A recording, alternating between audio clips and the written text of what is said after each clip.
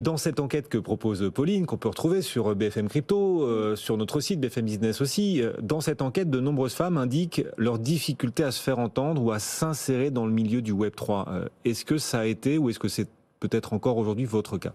Alors moi, pas totalement. En fait, c'est plus nuancé que ça, je dirais. C'est-à-dire que je ne pense pas qu'il y ait de barrière à l'entrée dans le Web3. Je pense que toutes les femmes sont les bienvenues. En revanche, j'ai été confrontée, comme dans mes milieux précédents, qui étaient aussi dans la tech, l'entrepreneuriat, etc., des milieux plutôt masculins, à ce qu'on appelle parfois les boomers, ou en tout cas l'ancienne génération de dirigeants, qui eux ont un peu de mal, parce que je pense qu'on dépasse un petit peu quand on est la seule parmi une dizaine d'hommes. Nos voix sont un petit peu plus aiguës, on a un peu plus de choix dans nos vêtements, donc peut-être, je sais pas. En tout cas, j'ai l'impression de devoir beaucoup plus me justifier une fois que je suis visible, d'avoir besoin de prouver ma légitimité beaucoup plus. Et c'est quelque chose qu'on se dit entre nous, entre femmes, assez souvent. Donc je pense que c'est le cas.